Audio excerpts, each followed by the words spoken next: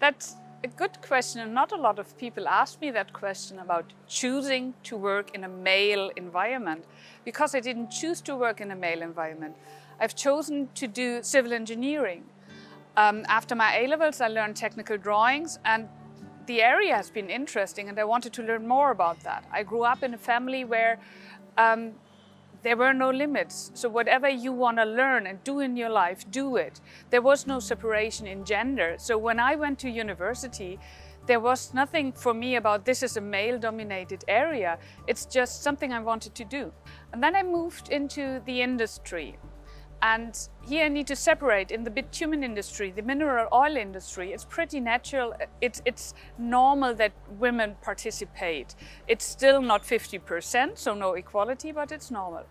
But then when you're working with the outside world, with the customers, with the other industries related to bitumen, then I learned, oh, there's a difference. And now this is male dominated. And for me, that means not necessarily to count the hats, but the attitude in there. So to answer your question, I haven't chosen to work in a male-dominated industry. I've chosen to do what I like to do.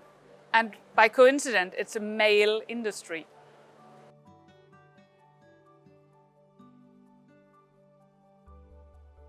My answer is yes. When I was at university, when I studied, when I worked at university, there was no difference. But when I then joined the industry, especially working together with our customers' industries, which are male industries, then I noticed there are differences. Some of them are just coincidence, like men have a different attitude and a different way of communicating, including non-verbal communication.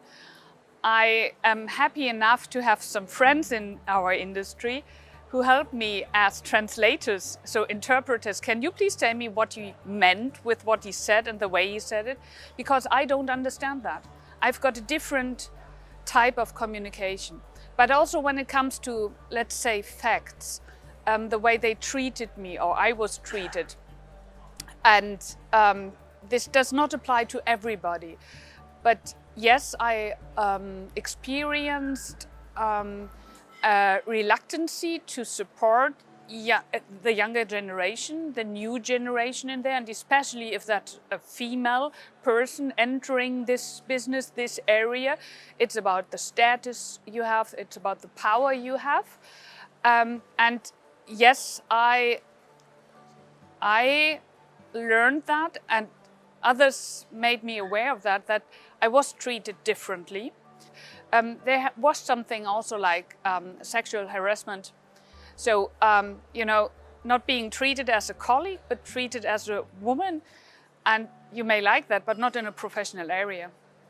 So there were differences for me, yes.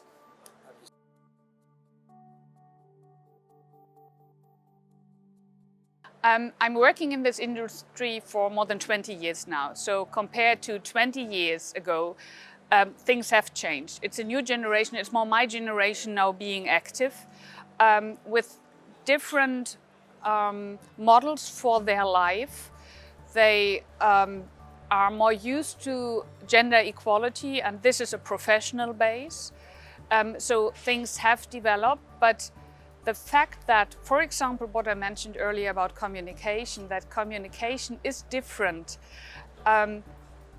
It's about having a meeting and the night before meeting for drinks and just talking like friends at a table where you as a woman or I as a woman do not participate.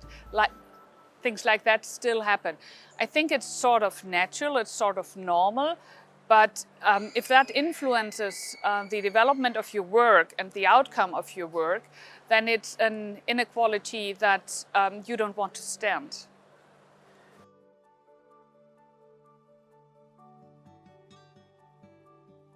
The attractiveness of our industries for the next generation, no matter man or woman, well, that's the question we need to ask. And I think we need to ask the young person, the generation we want to recruit. So what do you expect from your life, from your professional life, from your personal life? What do you expect? And this not only, but especially applies to women. If we are talking about the future of our industry and how to recruit new professionals for our industries, and all who are talking are middle-aged, that is my age, middle-aged men, we are missing the generation and the right tools to address them, and we are missing at least 50% of the population, 50% of the potential of professionals working for us. So let's have a look at how they communicate, what's important for them, and address these issues instead of thinking ourselves, well, what do they want to have, maybe? Yeah, so I think that's our biggest challenge. And if we are not open for gender equality, if we are not open and attractive for young professional women who are well educated, we are missing a lot of chances. A lot of women being interested in, for example, civil engineering, and we are now talking about engineering and everything around that, not necessarily in civil engineering. There are young women being interested in that, in the subject, and they started to network. For example, they contact older professionals, like me in this case, and ask for, can you give me any recommendations, or what do you think about that? And I think that's something, for example, that's a positive sign, but it's coming from the younger generation. So we can try to set that up in a more structured way, with supporting, offering support, mentoring maybe, for women as well as for men. There's an interest, and there's still an interest in our industry, and that's a very good sign, because we haven't lost the momentum at the moment, but we need to work on it.